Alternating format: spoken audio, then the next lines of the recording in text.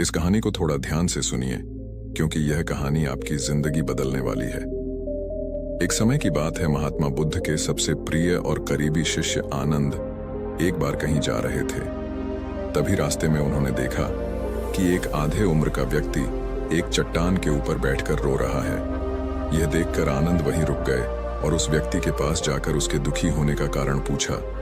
वह व्यक्ति अपने आंसू पोंछते हुए बोला, मैं यहीं पास के ही गांव का रहने वाला एक बदनसीब व्यापारी हूं। मैं जो भी काम करता हूं वही बिगड़ा जाता है। व्यापार के चक्कर में मैंने अपनी मां और पत्नी के गहने गंवा दिए, अपने परिवार को खो दिया और यहां तक कि अब तो मेरा घर और खेत भी गिरवी है। मुझे तो लगता है कि मेरी किस्मत ही खराब है। उस व्यक्ति की बात सुनकर आनंद बोले, तुमसे किसने कहा कि तुम्हारी किस्मत खराब है? जरा मैं भी तो जानूं कि तुम्हारी किस्मत में क्या खराबी है। व्यक्ति बोला, पहले मैं खेती करता था, लेकिन हर साल उसमें घाटा होता था। कभी सूखा पड़ जाता तो कभी ज्यादा बारिश से फसल खराब हो जाता, तो कभी आवारा पशु फसल को नुकसान पहुंचाते, तो कभी कीड़े मकोड़े और बीमारियां फसल को बर्बाद कर देते हैं। खेती से मेरे परिवार का गुजारा ठीक से नहीं चल पा रहा था, जिससे परेशान होकर मैंने खेती करना छोड़ दिया। व्यापार करने का निश्चय किया। मैंने पत्नी के गहने बेचकर अपना व्यापार शुरू किया, लेकिन मेरा व्यापार नहीं चला। शुरू में तो मेरे परिवार वालों ने मेरी आर्थिक मदद की, मेरा साथ दिया, लेकिन जैसे जैसे मुझे नुकसान होने लगा, मेरे परिवार वालों ने भी मेरा साथ छोड़ दिया और मुझसे दूर हो गए। अब तो वह मुझे देखकर अपनी नजरें फेर लेते हैं और मुझे ही अपने परिवार की गरीबी और दुर्दशा का जिम्मेदार ठहराते हैं। अब तो मुझे अपना जीवन ही बोझ लगने लगा है। अक्सर मेरे मन में ख्याल आते हैं कि अपना जीवन ही खत्म कर लूं, और मैं आज यहाँ आत्महत्या करने ही आया था, लेकिन हिम्मत नहीं जुटा पाया, इसीलिए इस पत्थर पर बैठकर रो रहा हूँ। दूसरी तरफ मेरा एक मित्र है। हम दोनों ने एक ही साथ व्यापार शुरू किया था, लेकिन वह आगे बढ़ गया और मैं पीछे रह गया। मेरी इस असफलता की वजह से वह हर समय मुझे नीचा दिखाने का प्रयत्न करता रहता है, और वे अक्सर मेरे घर आकर अपनी सफलता की बातें करता है। मेरे घर वालों को बताता है कि कैसे उसने कड़ी मेहनत करके इतना बड़ा व्यापार कर लिया, और वह अक्सर अपने फलते फूलते व्यापार के किस्से मुझे मेरी पत्नी और मेरे माँ बाप को सुनाता रहता है, जिसे सुनकर मेरे घर वाले उसकी तो प्रशंसा करते हैं, लेकिन मेरी बुराई करते हैं, मुझे नाकारा और कम दिमाग का कहते हैं। मेरी पत्नी और माँ मुझे बात बात पर ताने मारती है, जिससे मुझे बहुत दुख पहुंचता है, और कई बार खुद की नाकामयाबी पर क्रोध भी आता है, लेकिन मुझे समझ नहीं आ रहा कि मैं क्या करूं। यह सुन भिक्षु आनंद ने पूछा, तुम्हें किस बात का दुख होता है, अपने असफल होने का या फिर मित्र के सफल होने का? यह सवाल सुनकर वह व्यक्ति एक पल के लिए सोचा, फिर बोला, अगर सच कहूं तो मुझे अपने असफल होने का उतना दुख नहीं होता जितना कि मित्र के सफल होने का होता है। भिक्षु आनंद ने अगला प्रश्न किया, अगर तुम्हारा मित्र व्यापार में असफल हो जाता और तुम सफल हो जाते तो क्या तुम खुश होते? व्यक्ति ने कहा, हाँ, मुझे बहुत खुशी होती।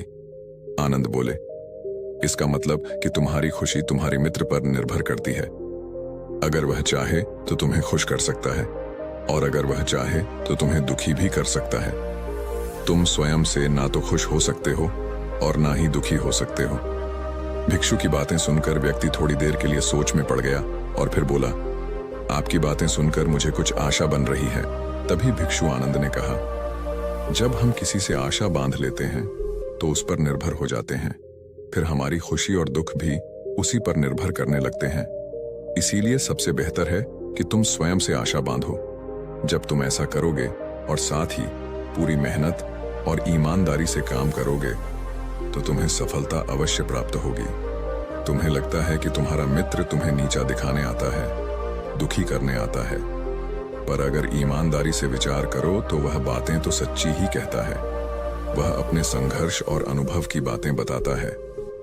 तुम उन बातों से बहुत कुछ सीख सकते हो। तुम्हें तो इसके लिए उसका धन्यवाद करना चाहिए कि तुम्हें घर बैठे इतने सारे अनुभव मिल रहे हैं।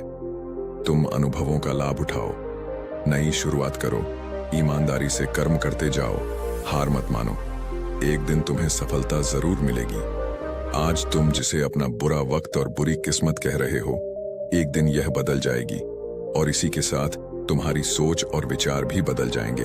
और देखना, जब तुम्हारा अच्छा समय शुरू हो जाएगा, तब तुम्हारा मित्र भी तुम्हें अपनी सफलताओं की कहानियां नहीं सुनाएगा, तुम्हें अपनी असफलताओं और परेशानियों की बातें सुनाई देगा, ताकि तुम उसकी बातें सुनकर भ्रमित हो जाओ, तुम्हारा आत्मविश्वास डगमगा जाए और तुम गलत निर्णय ले सको। लेकिन उस समय भी तुम्हें अपने ही बुद्धि का प्रयोग करना होगा, स्वयं पर विश्वास रखना हो। जिस प्रकार तुम्हारा मित्र आज तुम्हें दुखी करने आता है, वैसे ही वह उस समय भी तुम्हें दुखी करने आएगा, क्योंकि जिस तरह उसे दुखी देखकर तुम्हें मजा आता है, ठीक उसी तरह उसे भी तुम्हें दुखी देखने में उतना ही मजा आता है। व्यक्ति ने कहा, आपने सही कहा मुनिवर, लेकिन मेरा सबसे बड़ा दुख यह है कि मेरे परिवार के लोग भी इसमें शामिल हैं। वास्तव में मैं तो अपने परिवार के लिए अच्छा करना चाहता था, उन्हें खुश रखना चाहता था, लेकिन वह भी मेरी बातों और भावनाओं को नहीं समझ रहे हैं, मुझे ही गलत कहते हैं, और पिछले कुछ समय से तो वह मेरे साथ भी नहीं है।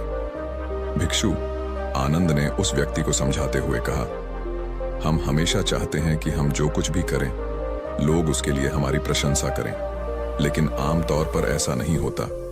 लोग हमारे पास आकर तारीफ नहीं करते, जिससे हम दुखी हो जाते हैं। हमें लगने लगता है कि हमारे मित्र, रिश्तेदार, घर वाले सब स्वार्थी हैं। लेकिन अगर तुम किसी को अपना परिवार मानते हो और उनके लिए कुछ करना चाहते हो, तो फिर तुम ऐसा क्यों सोचते हो कि तुम दूसरों के लिए कुछ कर रहे हो? वास्तव में तुम अपनी खुशी के लिए कुछ कर रहे हो, क्योंकि उन्हें खुश देखकर तुम्हें खुशी होती है। अगर ऐसा करते समय तो मानकर चलते हो कि तुम दूसरों के लिए कुछ कर रहे हो, तो तुम दुखी रहोगे। लेकिन अगर तुम्हें लगता है कि तुम स्वयं के लिए कर रहे हो, तो तुम खुश रहोगे, क्योंकि जब हम स्वयं के लिए कुछ करते हैं या करना चाहते हैं, तो हमें इसके लिए सांत्वना की जरूरत नहीं पड़ती। भिक्षु आनंद की यह बातें सुनकर उस व्यक्ति के चेहरे के भाव पूरी तरह से बदल गए। उसने कहा, आप सही कह रहे हैं। मैं समझ गया कि अब तक मेरी किस्मत इसीलिए खराब थी क्योंकि वह दूसरों के हाथों में थी, लेकिन अब से मैं अपनी किस्मत को अपने हाथों में रखूंगा, फिर से प्रयत्न करूंगा, पूरी लगन और ईमानदारी से काम करूंगा, और जब तक सफलता नहीं मिल जाती है, चैन से नहीं बैठूंगा। उस व्यक्ति की बात सुनकर आनंद मुस्कुराए और उसे एक छोटी सी डिबिया देते हुए कहा, इस डिबिया को हमेशा अपने साथ रखना। इसमें एक ऐसा मंत्र है जो तुम्हें बड़े से बड़े दुख से भी बाहर निकाल लेगा। लेकिन इस डिबिया को तभी खोलना जब तुम्हारे सारे रास्ते बंद हो जाएंगे, कोई उम्मीद नजर ना आए और तुम्हें लगने लगे कि सब व्यर्थ है, ये दुनिया व्यर्थ है और यहाँ रहना भी व्यर्थ है। व्यक्ति ने भिक्षु का धन्यवाद किया और उस डिबिया को लेकर अपने घर वापस आ गया। उसने नए उत्साह के साथ दोबारा अपने व्यापार की शुरुआत की और इस बार उसका व्यापार चल पड़ा। अपनी मेहनत और लगन के बल पर बस कुछ ही सालों में वह एक बड़ा व्यापारी बन गया। उसके परिवार वाले भी उसके साथ आ गए और उसका जीवन बहुत ही सुख शांति और समृद्धि के साथ बीतने लगा। लेकिन समय और किस्मत के खेल को आज तक ना कोई समझ पाया है और ना कोई समझ पाएगा। यह सदा एक जैसा नहीं रहता, यह बदलता रहता है। उस व्यक्ति के जीवन में भी बदलाव आया। वही व्यक्ति जिस राज्य में रहता था, उस राज्य पर पोसी राज्य के राजा ने हमला कर दिया। उस हमले और लूटमार में उस व्यक्ति का सारा धन भी लूट लिया गया। उसके दुकान और घर सब जला दिए गए। जान बचाने के लिए उसे अपने परिवार के साथ वहां से भागना पड़ा। व्यक्ति अपने परिवार के साथ कई दिनों तक इधर उधर भटकता रहा।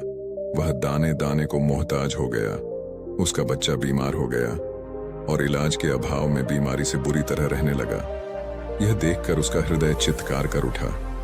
उसके पास अपने बेटे के इलाज और परिवार को खिलाने के लिए धन के नाम पर एक सिक्का भी नहीं था।